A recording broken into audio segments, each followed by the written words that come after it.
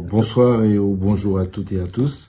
Donc nous avons eu quelques jours très intenses au niveau de notre activité parlementaire. On a démarré la semaine dernière par la niche écologiste avec deux textes qui ont été votés importants.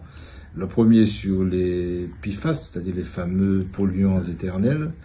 Et nous l'avons voté, nous l'avons soutenu, ce texte, porté par Monsieur Thierry, Nicolas Thierry.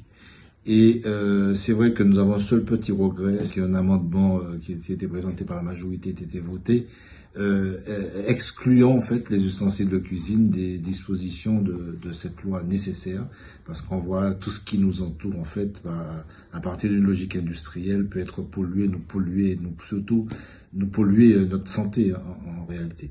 Le deuxième texte que nous avons voté de la niche écologiste, c'est celui qui a trait au revenu plancher pour les agriculteurs. Je crois que nous sommes très concernés en Martinique quand on voit la souffrance singulièrement des petits agriculteurs.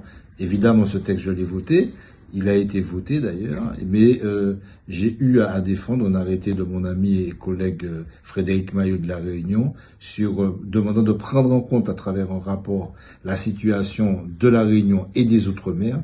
Et j'ai donc plaidé pour que la situation de ces 10 Outre-mer soit prise en compte et celle de la Martinique aussi notamment, en indiquant que les Antilles, la Réunion et ce qu'on appelle les 10 Outre-mer, l'agriculture de ce pays ne se résumait pas à la canne et à la banane, et qu'il y avait aussi des maraîchers avec des vivriers et qui quelquefois étaient en grande souffrance. Donc j'ai pu plaider la cause une fois de plus de nos petits agriculteurs.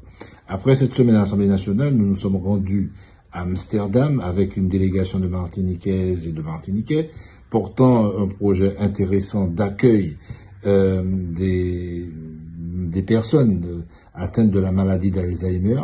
Nous avons vu une expérience extraordinaire à Amsterdam. Bon, on n'en dira pas plus puisque c'est le secret, la confidence de projet qui est porté par des acteurs.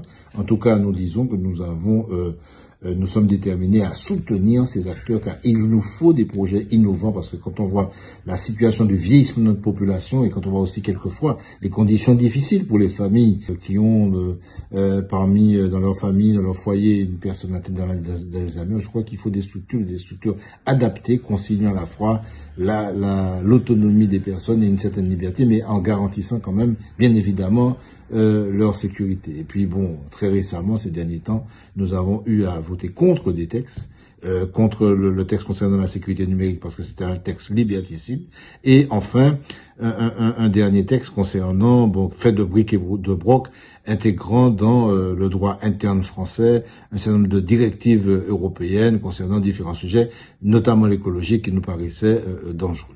Voilà ce qui a été nos quelques jours passés à l'Assemblée nationale et aussi, pourquoi pas, en Hollande sur la question des personnes atteintes de la maladie d'Alzheimer. Au revoir et à très bientôt.